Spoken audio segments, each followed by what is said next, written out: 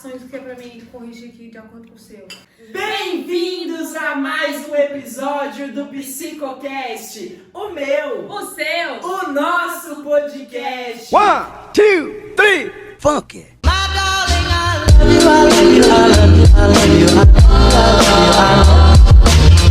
Seja muito bem-vinda, Marquisa, para mais um Obrigada, episódio. Natan. Hoje, no episódio 3 do Psicocast, a gente vai estar aqui juntos para poder discutir e conversar um pouquinho a respeito do texto Psicologia das Massas e Análise do Eu, de Sigmund Freud. E quem que a gente recebe hoje para poder conversar um pouquinho a respeito disso, Marquisa? A mestranda Adileia Bispo. Ela mesma que está estudando a Psicologia Social das Massas na Universidade Federal de Minas Gerais, O não é verdade? FMG. Lá em Belo Horizonte. E é com você, doutora Adileia, seja muito bem-vinda!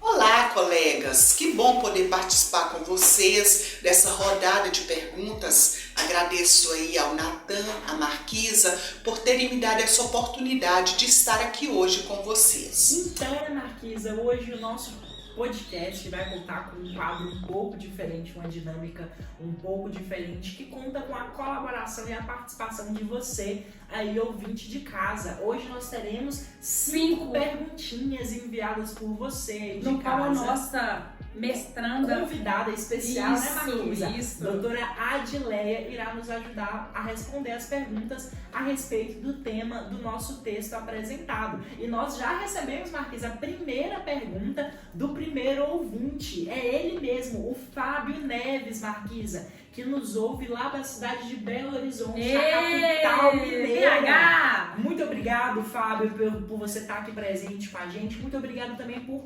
enviar a sua pergunta. Vamos então ler a pergunta do Fábio, vamos lá, Marquisa? vamos lá. Então o Fábio disse o seguinte: doutora Adileia, nos ajude aí na resolução dessa pergunta. O Fábio disse que muito sabe-se que as diferenças, né, entre a psicologia social e a psicologia individual, elas vão perder, né, Marquisa, cada vez mais essa importância à medida que a gente analisa esses assuntos, né, de forma mais aprofundada. Sendo assim, a gente poderia afirmar, né, que a psicologia individual, ela é desde o início e ao mesmo tempo uma psicologia social. Então, como que esse processo, doutora Adileia, de mesclagem entre o campo do eu e o do coletivo, ele vai se dar aí dentro das nossas vidas, não é mesmo? Com você, doutora. E sim, Natan, nós observamos que desde o ventre materno nós estamos inseridos em grupos de forma involuntária e inconsciente, né? Freud, assim como outros inúmeros pensadores, observam que desde a infância, lá nos primórdios, né, nós estamos inseridos em relacionamentos com nossos irmãos, com os nossos pais, os nossos familiares, e essas relações interpessoais dentro dos grupos primários, né, que é a família, eles são interações sociais. E essas interações sociais, elas contribuem para a mesclagem. E olha, Natan, arrisco a te dizer que é quase uma tentativa frustrada a separação entre estas psicologias, tá? Sendo assim, o que eu posso ressaltar? Que a principal diferença entre a psicologia social, a psicologia individual, se dá em relação aos números de pessoas que estão nelas envolvidas. Obrigada, doutora, pelo esclarecimento. E acaba de chegar aqui pra gente a segunda pergunta. Lá do norte de Minas, Montes Claros. Lária Andressa, muito obrigada por essa pergunta. Marcando presença no nosso podcast, né, Marquisa? Obrigado você, ouvinte aí de casa.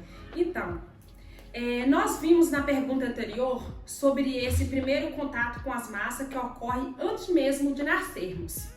Ao longo de nossa vida, nós somos seres expostos a diversas instituições. Por exemplo, igreja, trabalho, A escola, né, escola, Marquisa? isso mesmo. Faculdade. Sofrida, mas temos que fazer parte desse grupo.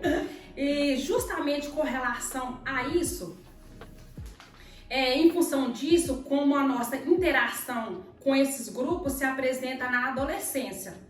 E, doutora, explica pra gente como somos afetados. Olha, Larissa, participando aí, e eu vou responder a sua pergunta de forma sucinta e rápida. Eu acho que é importante nós compreendermos que grupo ou massa, ela representa uma entidade provisória que é formada por elementos. E esses elementos são as pessoas. Então essas pessoas se unem durante um momento das suas vidas e dão origem a uma nova entidade.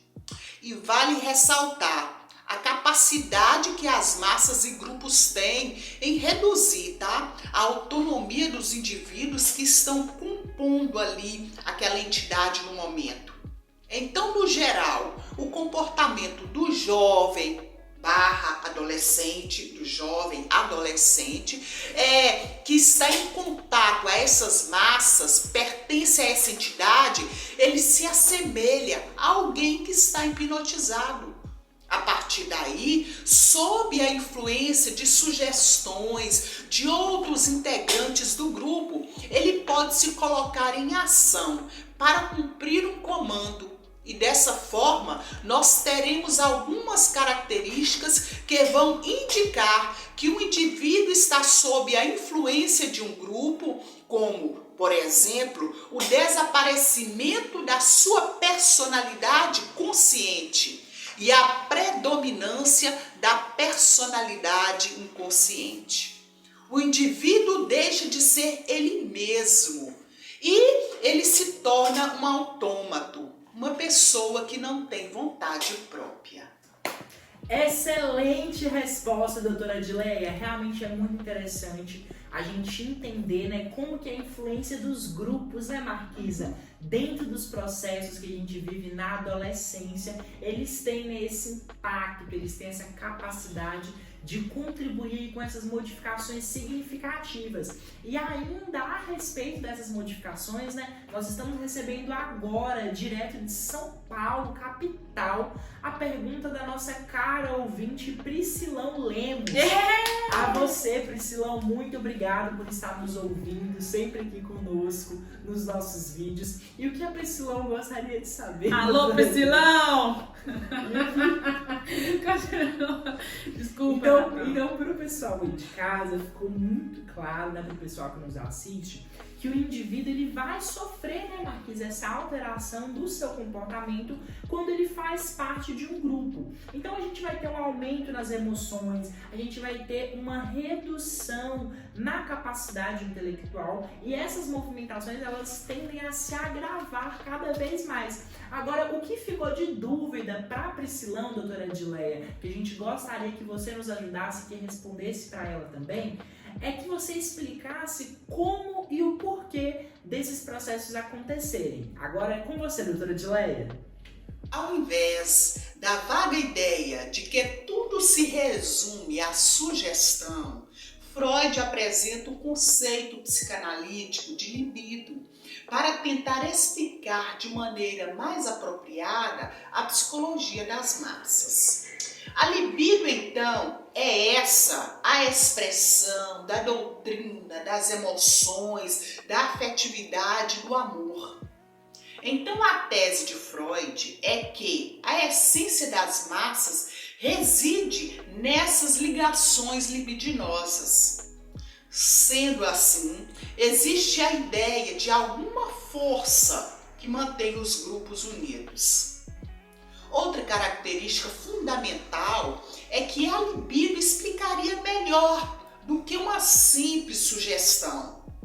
E o fato do indivíduo, ao se integrar a um grupo, ele abre mão de boa parte da sua individualidade e se deixa ser guiado pela vontade do grupo, partindo então de uma necessidade de ser acolhido, de se sentir acolhido, de se sentir pertencente e pertencendo em concordância, ao invés de se opor. Então, é preciso distinguir aí uma massa de um simples aglomerado de pessoas. Quando não há ligações libidinosas entre os membros, não se pode falar que há propriamente uma massa formada. Excelente resposta, doutora Edileia, realmente muito significante a gente entender um pouquinho sobre a dimensão de como que esses fenômenos ocorrem, né? E eu ouvi dizer que já chegou pra gente a nossa quarta pergunta dessa rodada, não é verdade, Marisa? Sim. E de onde que ela veio dessa vez? Rio de Janeiro! A cidade maravilhosa tá com tudo aqui no Psicocast. Conta pra gente então, Marquise, de quem é essa pergunta? Maravilhosa! De quem que vem a pergunta então, Marquise? Lucas Figueiredo! Lucas Figueiredo, você, nosso caro ouvinte da cidade do Rio de Janeiro. Seja muito bem-vindo, Lucas. Se acomode, senta, pega o seu café, o seu livro e vem com a gente bater esse papinho. Segura essa, doutora. Lucas está perguntando: a partir da morfologia das massas, é possível perceber que elas podem ser de diferentes tipos? Não é verdade, Marquisa? Existem diferentes tipos, então, de massas, né, que a gente pode classificar, então. Eu te pergunto, doutora, e é verdade? Jogou a bola pra mim, eu jogo pra senhora agora. A igreja e o exército são massas que precisam de certa dose de coerção para manter a sua unidade. Tanto um quanto o outro, existe a pretensão ou a ilusão de que há um superior que ama igualmente a todos no grupo. Cristo na igreja e o comandante ou general no exército. A ligação de cada membro com Cristo é motivo da relação de cada cristão uns com os outros. Da mesma forma, acontece no exército. O comandante é o pai que ama a todos igualmente e que estabelece o laço de camaradagem sobre os seus subordinados. Em ambos esses tipos de massas ou grupos artificiais, cada indivíduo tem uma ligação libidinosa dupla, em direção ao líder, Cristo, general, e em direção aos outros membros do grupo. Esta dupla relação é importante para explicar as transformações e a limitação da personalidade a que cada indivíduo se submete. Uma indicação de que a essência da massa reside nas ligações libidinosas é o fenômeno do pânico. No caso do exército especificamente, o pânico surge quando a massa se dissolve. E sua principal característica é que ninguém ouve mais o comando do superior e cada um age por si, sem consideração uns pelos outros. E essa ligação recíproca, ela cessa e uma enorme quantidade de angústia sem sentido nenhum é liberada. No caso de uma organização religiosa, sua dissolução não é tão fácil de observar. O que lhe ameaça não é, como no caso do exército, o medo ou a angústia, mas impulsos de hostilidade que não podiam ganhar expressão contra aquelas pessoas e que até aquele momento estavam igualmente sobre o mesmo amor de Cristo. Fora desta relação, no entanto, se encontram todos aqueles que não pertencem à comunidade dos crentes, que não amam a Cristo e nem são amados por Ele.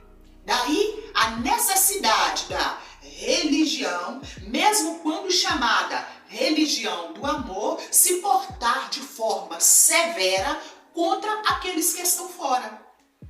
Em última instância, toda religião é uma religião do amor para aqueles que pertencem à sua comunidade. E é uma religião de intolerância, de crueldade para aqueles que estão de fora, compreende?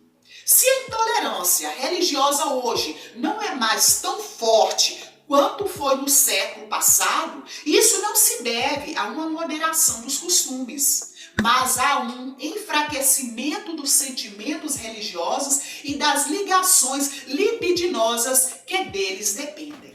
Muito obrigada, doutora. Infelizmente, chegamos à última pergunta. Mas já, Marquisa, já estamos caminhando para o final aqui da nossa rodada de 5 perguntas e respostas. Mas olha, Marquisa, já chegou pra gente aqui a nossa quinta e última perguntinha. E ela veio de onde, Marquisa? Isso mesmo, pessoal, lá de Foz do Iguaçu, a nossa cara ouvinte, Rebeca Bombom. Seja muito bem-vinda, Rebeca, fique à vontade. Então vamos lá, doutora. A Rebeca Bombom quer saber o seguinte: segundo ela, Freud analisa as razões pelas quais determinados grupos se organizam de forma mais intensa, como se tivessem ali sobre o efeito de uma espécie de hipnose. Então, partindo aí a partir desse pressuposto e da sua longa experiência, né, doutora Adileia, trabalhando diariamente com pessoas e com grupos, qual elemento assim que a senhora consideraria ser essencial para poder juntar esses diferentes tipos de pessoa em um determinado grupo, não é verdade, Marquisa? Conta pra gente! Bom, eu diria, Natan, que com certeza é a identificação, tá? O ser humano, ele tem a necessidade de ser reconhecido como alguém. Nós precisamos da satisfação de sermos aceitos ou fazer parte de algo. Assim como Freud diz, né? É como se fosse uma tesão mesmo. Ao longo da vida, nós procuramos grupos que satisfaçam de alguma forma o nosso eu ideal. Inclusive, algumas neuroses têm como sintoma a identificação em um nível avançado. Podemos ter como exemplo, quando uma criança desenvolve ali uma crise de tosse unicamente para ficar parecida com a sua mãe que está tossindo. Nesse caso, ela se identificou sim com a sua mãe, pelo menos, né, em seu sofrimento. O eu toma para si características do sujeito com o qual ele se identifica. Muitíssimo obrigado pelas suas contribuições, doutora Adileia. É uma honra, né, Marquisa? Foi um prazer imenso tê-la você aqui conosco no nosso podcast. As portas sempre estarão abertas, né, Marquisa? Sim, claro. Para recebê-la em outros encontros. Obrigada eu, Natan, Marquisa. Eu fico agradecida por ter sido convidada a participar com vocês desse podcast, tá bom? Qualquer dúvida, me siga aí nas redes sociais, que nós teremos mais assuntos interessantes e também podemos responder algumas perguntas dos internautas. Beijo. Então a gente gostaria aqui de finalizar esse bate-papo maravilhoso, agradecendo você, ouvinte aí de casa, agradecendo você, minha amiga Marquisa, pela participação. E os Lucas, e o Bombom que Lucas, a nossa ouvinte Rebeca Bombom, a Priscilão. Priscilão, alô Priscilão! Vai ter um outro episódio, hein, Priscilão? Priscilão da Grande São Paulo, muito obrigado pela participação de todos vocês. Mas olha, Marquisa, não vamos nos esquecer, hein? Muito importante contar com o like de vocês. Escreva o seu comentário, se inscreva no nosso canal e não deixe de compartilhar esse vídeo com aquela pessoa que você sabe que vai gostar do nosso conteúdo. E pra você de casa, os nossos mais sinceros, até breve, né, Marquisa? Até breve. Um abraço, pessoal. Até a próxima. Tchau, tchau. Funky. I love you, I love you, I love you, I love you.